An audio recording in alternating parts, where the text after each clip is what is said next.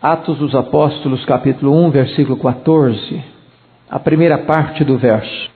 Diz o texto, em Atos 1,14, a primeira parte do verso: todos estes perseveravam unânimes em oração. Todos estes perseveravam unânimes em oração. Eu quero partilhar com a igreja nesta manhã um pouco sobre oração. E quero levantar aqui algumas questões. É possível ser um crente, um cristão, nascido de novo, batizado com o Espírito Santo, selado com o Espírito Santo da promessa, cujo nome está escrito no livro da vida? É possível um crente assim dispensar a oração da sua vida? É possível ser um cristão verdadeiro sem orar? É possível ser fiel a Deus sem a prática da oração? É possível a igreja ser santa, ser piedosa, ser cheia do Espírito Santo, sem oração? Até que ponto você e eu acreditamos na oração? Até que ponto a nossa prática de oração revela aquilo que cremos acerca da oração? Eu queria hoje fazer um levantamento sobre essa questão na Escritura e na história, porque nos parece que nos dias atuais a Igreja de Deus, imperceptivelmente ou deliberadamente, parece estar se esquecendo da prioridade da oração. Nós temos orado pouco. Não tem sido a oração a marca da igreja. E quando nós olhamos para a Bíblia, para a história da igreja, nós nunca vamos encontrar sequer um exemplo de uma igreja que dispensou a oração, ou que não priorizou a oração, ou que não viveu intensamente a oração, que pudesse ser uma igreja santa, que pudesse ser uma igreja missionária, que pudesse ser uma igreja que experimentava o impacto da presença e do poder de Deus na sua vida e através da sua vida. Você crê na oração? Há pouco tempo eu ouvi um crente falando de que oração era uma coisa que devia ficar lá no último ponto da lista da vida cristã, que não era tão prioridade, que só aquelas pessoas que não gostavam de buscar o conhecimento deviam se dedicar à oração. Será isso verdade? Será que o conhecimento está em oposição à oração? Será que as pessoas que conhecem mais Bíblia oram menos? Será que as pessoas que conhecem mais teologia devem orar menos? Será que as pessoas que estudam mais deveriam orar menos? Será que a oração é para aquelas pessoas que estão vazias de conhecimento? Então eu chamo a sua atenção para olharmos a Bíblia. Vamos olhar um pouquinho. Eu vejo Abraão, pai da fé. A Bíblia diz que ele era um homem de oração, que ele era um intercessor. E foi por causa da oração de Abraão que Ló foi poupado da tragédia que desabou sobre Sodoma e Gomorra. Deus se lembrou de Abraão e poupou Ló. Eu vejo seu neto Jacó orando, e orando com lágrimas. E diz a palavra de Deus que ele orou com lágrimas, agarrado no Senhor, dizendo: se tu não me abençoares, eu não te deixarei ir. Orou com intensidade, com perseverança. Eu vejo Moisés, o maior líder da história do povo de Deus, um homem de cultura enciclopédica, de cultura peregrina, de mente prismática, um líder sem paralelos talvez na história, mas um homem que aprendeu a conhecer a intimidade de Deus, e por causa da sua intercessão, a nação peregrina não pereceu no deserto. Não fora a intercessão de Moisés, e a nação teria sido exterminada por Deus em Cades Barneia. E Moisés então ora, diz: Deus, perdoa o pecado desse povo, senão risca o meu nome do livro que escreveste. E Deus poupou a nação. Eu vejo Josué, aquele forte líder que introduziu o povo na terra prometida, prostrado de joelhos, com o rosto em terra, pedindo clemência e misericórdia a Deus em favor do seu povo. Eu vejo Samuel, o maior juiz de Israel, num momento dramático da história da nação, ele se levanta e diz: longe de mim pecar contra o meu Deus, deixando de orar por vós. Eu vejo Neemias, o grande reformador, o administrador ímpar, o estrategista, o estadista de espírito prático e valente, um homem de oração, um homem que chora, um homem que jejua, um homem que coloca a causa do seu povo com veemência diante de Deus. Eu vejo Daniel, talvez um dos homens mais extraordinários da história da humanidade, um homem que suplantou o poder dos impérios megalomaníacos e continuou influenciando em terra estrangeira, mas um homem capaz de jejuar, um homem capaz de orar, um homem capaz de fechar a boca dos leões pelo poder da oração, um homem que entra em jejum e oração e diz a Bíblia que os céus se movem. E Deus ordena o arcanjo Miguel para sair em defesa daquela batalha, para que a resposta chegasse a ele. Eu vejo Jesus, o próprio Deus encarnado, o próprio Filho de Deus, o homem perfeito, chorando no Getsêmani, com soluços, muitas lágrimas. Eu vejo Jesus orando no Jordão e o céu se abrindo. Eu vejo Jesus orando no deserto e triunfando sobre Satanás. Eu vejo Jesus deixando a multidão que o buscava e se refugiando em montes solitariamente para buscar a face do Pai. Eu vejo Jesus orando a noite inteira para tomar as decisões mais importantes do seu ministério. Eu vejo Jesus orando no Getsêmani, na cruz. Olhamos para Jesus hoje, Ele está diante do trono da graça, à destra do Pai intercedendo por nós. Eu vejo Paulo. Quando a Bíblia fala de Paulo, a primeira prova que deram da sua conversão foi esta: ele está orando. Ele está orando. Aquele homem que ora em todas as circunstâncias, ora com lágrimas, ora com jejuns, ora nas sinagogas, ora no templo, ora nos lares, ora na praia, ora na prisão, ora doente, ora com saúde, em todo momento, em toda circunstância. Se você crê na oração, você tem uma nuvem de testemunhas ao seu lado, ao seu redor. Eu vou para a história da igreja e os pais da igreja estão orando. Vejo Policarpo, vejo Irineu, vejo Crisóstomo, vejo Agostinho, homens que influenciaram a história, homens que buscaram a Deus. Eu olho para os pré-reformadores e eles estão orando. John Wycliffe, John Hus, Jerônimo Savonarola, homens de oração.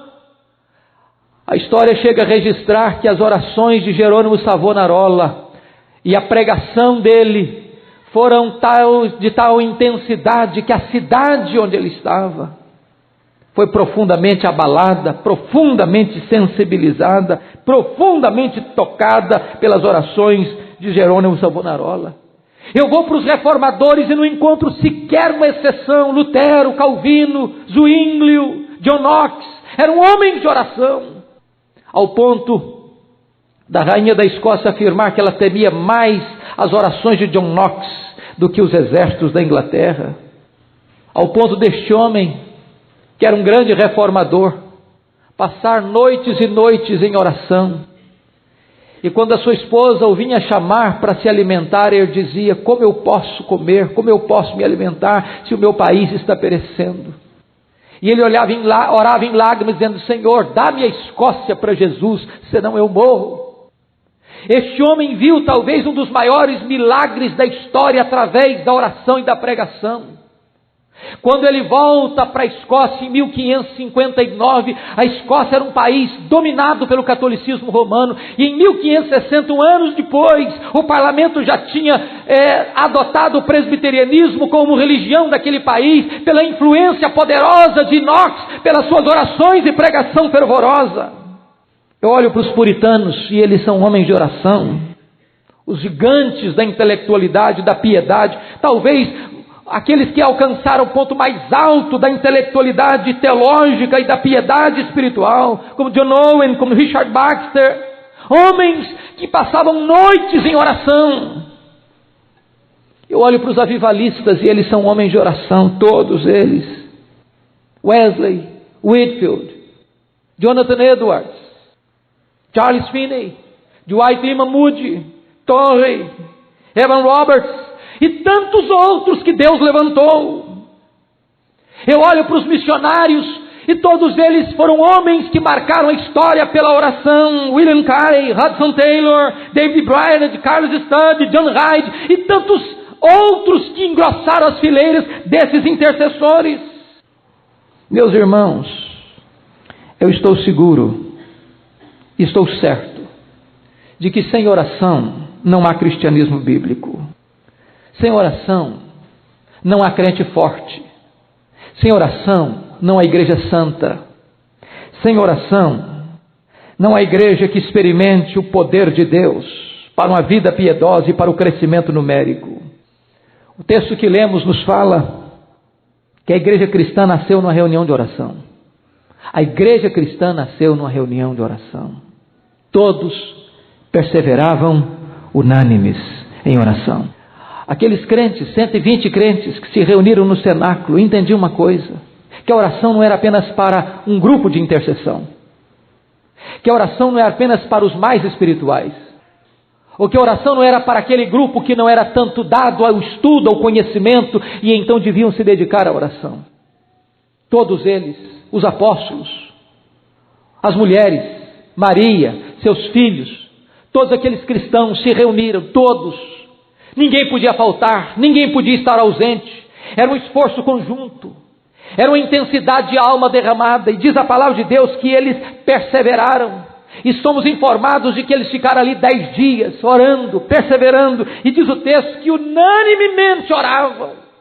Leia o livro de Atos e você vai ver que a igreja primitiva orava, mas orava unanimemente. Unanimemente eles oravam, unanimemente eles levantavam a voz. Havia um coro, havia uma intensidade, havia uma harmonia, havia um conjunto de esforço, de dedicação na oração.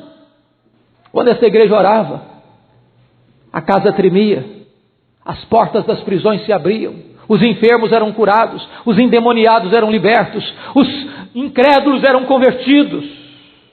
Você vai notar que os apóstolos tomam uma decisão histórica lá em Atos 6,4, quando eles dizem assim: quanto a nós, nos consagraremos à oração e ao ministério da palavra. Me impressiona isso, porque eles estavam trabalhando, eles estavam servindo as mesas, o trabalho era intenso, a assistência social era uma necessidade gritante, era um trabalho urgente, mas eles tomaram a decisão: nós vamos constituir 7 homens cheios do Espírito Santo, cheios de fé, cheios de sabedoria, para cuidarem dessa parte, mas nós, quanto a nós vamos nos consagrar à oração e ao ministério da palavra. E eu não sei se você já perguntou ao seu coração, por que o Espírito Santo, que inspirou esse texto, teve o cuidado de colocar oração antes do ministério da palavra? Por que não está escrito aqui: quanto a nós, nos consagraremos ao ministério da palavra e à oração? Mas está escrito: quanto a nós, nos consagraremos à oração e ao ministério da palavra. O que é mais importante? Ministério da palavra ou oração? Oração ou ministério da palavra? A melhor resposta que eu já encontrei para esta pergunta foi de um doutor coreano que esteve conosco num dos congressos da Igreja Presbiteriana do Brasil em Salvador. Ele disse assim: Deus dá tanto valor à sua palavra, Deus prioriza tanto a sua palavra, a palavra de Deus merece tal supremacia que Deus colocou a oração primeiro. Porque se você não é um homem e uma mulher de oração, a palavra de Deus não vai ter impacto e poder na sua boca. Uma coisa é proferir a palavra de Deus, outra coisa é ser boca de Deus. Uma coisa é pregar a palavra, outra coisa é pregar a palavra no poder do Espírito Santo de Deus. Quantas pessoas pregam e a palavra não produz o impacto? Quantas vezes proferimos a palavra de Deus e ela provoca sono? Quantas vezes se prega a palavra de Deus e não se vê os resultados? E por quê? Quando não tem oração nos bancos, não tem poder no púlpito. Quando não tem oração, não tem virtude do Espírito Santo em ação. Quando perguntaram para Dwight para Charles Haddon Spurgeon, que pregava dominicalmente para cerca de 12 mil pessoas no tabernáculo de Londres. Qual é o segredo do crescimento da igreja do tabernáculo? E ele respondeu: o segredo do crescimento da igreja do tabernáculo é que esta igreja ora. E diz, as reuniões de oração da segunda-feira, que a igreja se reunia todas as segundas-feiras para orar, diz, o templo está lotado de pessoas orando. Sem oração, a igreja não pode caminhar na força e no poder do Espírito Santo de Deus. Olhe para a Escritura, e vocês verão que a oração é a base da manifestação poderosa de Deus no meio da igreja. O profeta Isaías disse, falando em nome de Deus, porque derramarei água sobre o sedento, derramarei torrentes sobre a terra seca, derramarei do meu espírito sobre a tua posteridade, sobre os filhos de Abraão, sobre a descendência de Abraão, e eles brotarão como a erva, como salgueiros junto às correntes das águas. Um dirá, eu sou do Senhor, o outro escreverá na própria palma da mão, eu sou do Senhor. Note você que a água é derramada sobre o sedento, as torrentes são derramadas sobre a terra seca, o Espírito Santo é derramado sobre aqueles que têm sede de Deus. Enquanto a igreja não manifestar sede de Deus, enquanto Deus não for o maior alvo da busca da igreja, é impossível que Deus cumpra a sua palavra, porque a sua palavra está ligada à própria promessa de Deus. Ele vela pela sua palavra em a cumprir, mas todas as vezes que nós nos desviamos dos princípios dessa palavra, Deus encolhe a sua mão, porque Ele precisa honrar a própria palavra que Ele deu. Amados irmãos, se nós queremos uma vida santa, se nós queremos ver esta igreja sendo santificada, se nós queremos ver os lares desta família sendo transformados, se nós queremos ver as nossas crianças andando no temor do Senhor, se nós queremos ver os adolescentes desta igreja sendo vasos de honra nas mãos de Deus, se nós queremos ver os jovens desta igreja sendo varões santos, padrão dos fiéis, na palavra, no procedimento, no amor, na fé e na pureza, se nós quisermos ver casais sendo restaurados e sendo cheios do Espírito Santo, se nós quisermos ver essa igreja experimentando um despertamento espiritual e pessoas sendo convertidas aqui, é necessário que essa igreja se desperte para a oração. O Senhor Jesus Cristo disse, permanecei na cidade, até que do alto sejais revestidos de poder. O Senhor Jesus disse que a igreja não precisava e não podia tentar fazer a obra de Deus sem poder. Nós precisamos desse poder. E sabe, irmãos, não adianta nós lermos livros sobre oração, não adianta nós conhecermos a teologia da oração, não adianta nós lermos sobre aqueles que oraram no passado, nós precisamos orar. Dr. Edwin Orr, talvez o maior estudioso sobre avivamento de toda a história da igreja, conta sobre o colapso econômico que atingiu os Estados Unidos nos idos de 1850. Os bancos fracassaram, os empresários entraram em crise, as estradas de ferro faliram, fábricas fecharam as portas, milhões de trabalhadores ficaram desempregados. A situação americana tornou-se desesperadora, até que no dia 1º de julho de 1857, um homem de negócio chamado Jeremias Lampier, assumiu o posto de um missionário urbano e escreveu um folheto, convocando as pessoas a buscarem a Deus. E ele distribuía este folheto em Nova York, a partir do dia 1º de julho. No dia 23 de setembro daquele ano, ele abre uma reunião de oração num hotel em Nova York. No primeiro dia, foram 6 pessoas. Na outra semana, foram 40 pessoas. A partir daí, a reunião já não era apenas semanal, mas passou a ser diária. E em 6 meses, tinham 10 mil homens e mulheres orando em Nova York, buscando um despertamento espiritual para a vida da igreja. Em 6 meses, mais de 1 milhão de pessoas convertidas foram agregadas às igrejas do país. Eu creio, meu amado irmão, que é tempo da nossa igreja buscar a Deus em oração com prioridade. Eu sei que você deve ter sua vida devocional, na sua casa. Eu sei que você deve orar por você, pela sua esposa, pelo seu marido, pelos seus filhos. Mas é tempo desta igreja, como corpo, como coletividade, dizer: Deus, nós precisamos de Ti, nós dependemos de Ti, nós carecemos da Tua graça. É tempo desta igreja renovar a sua fé no Deus que age, que intervém, que muda as circunstâncias. Eu vejo a oração mudando circunstâncias impossíveis de serem mudadas. Quantas vezes, irmãos, nós entramos por linhas, por caminhos, por métodos que não são os de Deus, enquanto devíamos orar. Pedro estava preso, sentença de morte lavrada, guardada em segurança máxima. Mas diz a Bíblia, porém a igreja estava orando. E Deus então mandou um anjo que quebrou as algemas, abriu o portão de ferro, que libertou o apóstolo Pedro. Eu vejo o rei Ezequias recebendo uma sentença de morte e parando para orar e chorar diante de Deus.